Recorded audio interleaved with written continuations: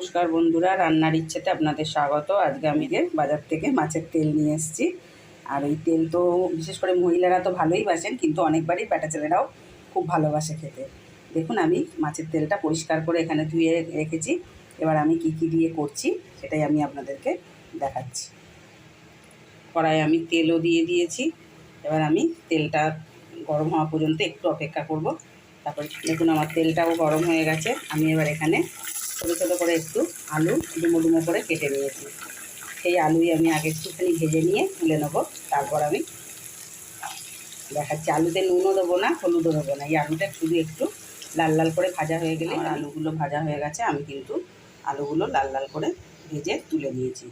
এবার আমি ওই তেলেতেই, এখানে বেশি তেল দেবো না, যেহেতু মাছের তেল, ওখান থেকেই একটা তেল বেরোবে।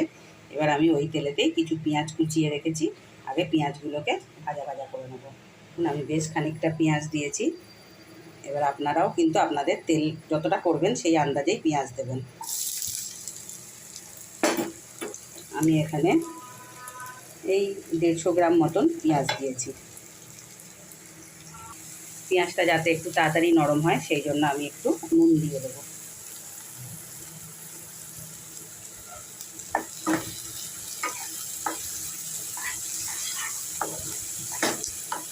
যে কালারটা এবার একটু চেঞ্জ হয়েছে।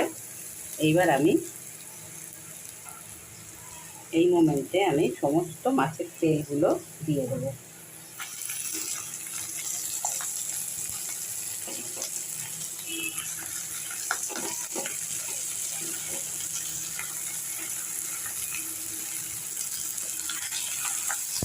দিয়ে আমি একটু এবার এর সঙ্গে ভাজা ভাজা করবো।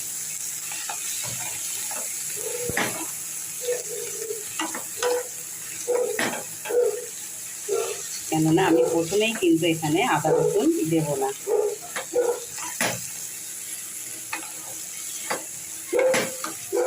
দেখেছেন, আমাদের পাশের বাড়ি একটা বিশাল বড় পুকুর আছে। এই পুকুরটা একবারে একটু আওয়াজ পেলেই সে একবারে বিশাল ডাক শুরু করে দেয়। দেখুন, একটু কালারটা চেঞ্জ হচ্ছে। এবার আমি এখানে বড় চামচের 1 চামচ রসুন,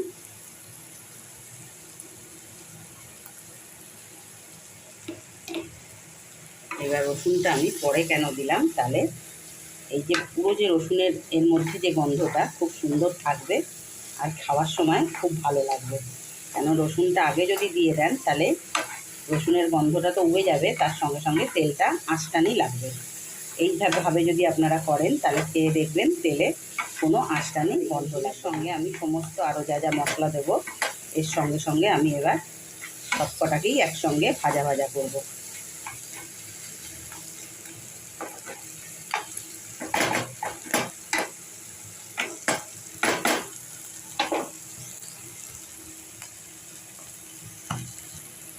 দেখুন, রসুনটা দিয়েছি। আমি এখানে 1/2 চামচ আদা দিলাম। সামান্য কিছু টমেটো কেটে রেখেছি, সেই টমেটোও দিলাম। এবার আমি একটু নাড়ানাড়ি করে নিই, নাহলে তলা থেকে বসে যাবে।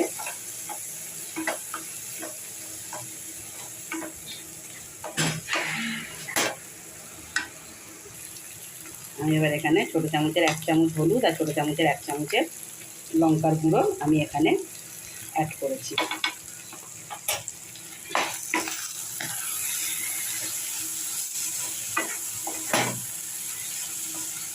এখানে আর কোনো মশলা যাবে না, এই হলুদ আর লঙ্কার গুঁড়োটাই এখানে যাবে। এবার এটাকে দিয়ে আমি খানিকক্ষণ ভাজা ভাজা করব। 3টে কাঁচা লঙ্কা দিয়ে দিলাম।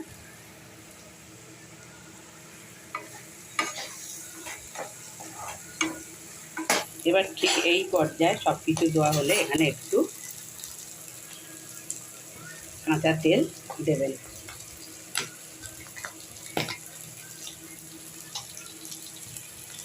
এটা হচ্ছে রান্নার একটা নতুন পদ্ধতি। এবার কিন্তু এই তেলটার সঙ্গে এইবার প্রথমেই যদি আপনারা তেল দিয়ে দেন তাহলে কিন্তু জিনিসটা ভালো লাগবে না। আবার এরকম একটু তেল মাঝখানে দিলে রান্নাটা খেতেও ভালো লাগে আর টেস্টও হয় পুরো একটু অন্যরকম। এবার এই সুযোগে আমি যে আলুগুলো রেখেছিলাম ভেজে সেই আলুগুলোকে দিয়ে দিচ্ছি। এইবার আলুগুলো দিয়েও একটু মশলাটার সঙ্গে আলুগুলো দিয়েও এবার একটু ভাজা ভাজা করব।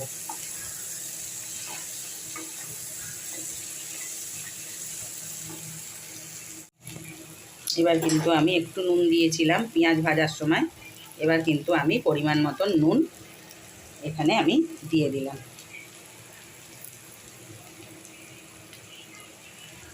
পরিমাণ মতন নুন দিয়েও আমি একটু নাড়াচাড়া করব।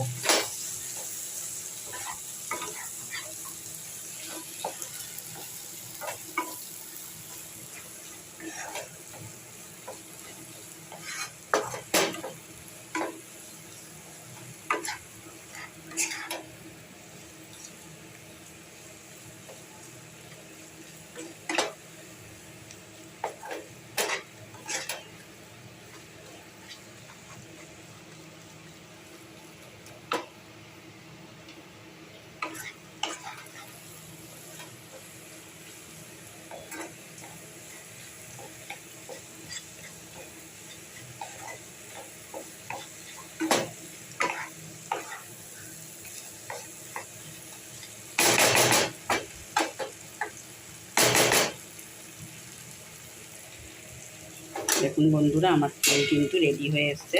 আমি এখানে একটু আলুগুলো আছে তাই একটু সামান্য একটু আমি জল দিয়ে দিলাম, সামান্য জল, যাতে মশলার সঙ্গে সব কিছু একটু ভালো মতন মানে কষা হয়ে যায়।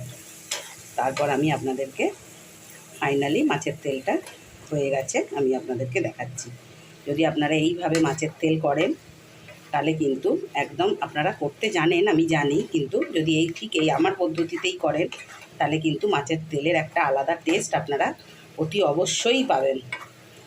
ফাইনালি আমার মাছের তেল রেডি হয়ে গেছে। এবার আমি নামানোর আগে একটু বেশি করেই গরম মশলা দেব। এই চামচের আমি 1 চামচ চুবো চুবো গরম মশলা দিয়েছি। এবার আমি গরম মশলাটা দিয়ে একটু নেড়ে ছেড়ে নামিয়ে নেব। যদি আপনাদের এই মাছের তেল রান্না যদি ভালো লেগে থাকে তাহলে অতি অবশ্যই আমার চ্যানেলটাকে সাবস্ক্রাইব করবেন, লাইক করবেন, শেয়ার করবেন, কমেন্ট তো করবেনই। কমেন্ট না করলে আমি আপনাদেরকে কি করে আরও অনেক রান্না করে করে দেখাবো। যদি আমাকে আপনাদের ভালো লাগে, আমি দেখছি আপনারা কেউ কমেন্ট করছেন না, সেই জন্যই আমি আপনাদেরকে কমেন্টের কথা বলছি। দেখুন আমার ফাইনালি মাছের তেল একদম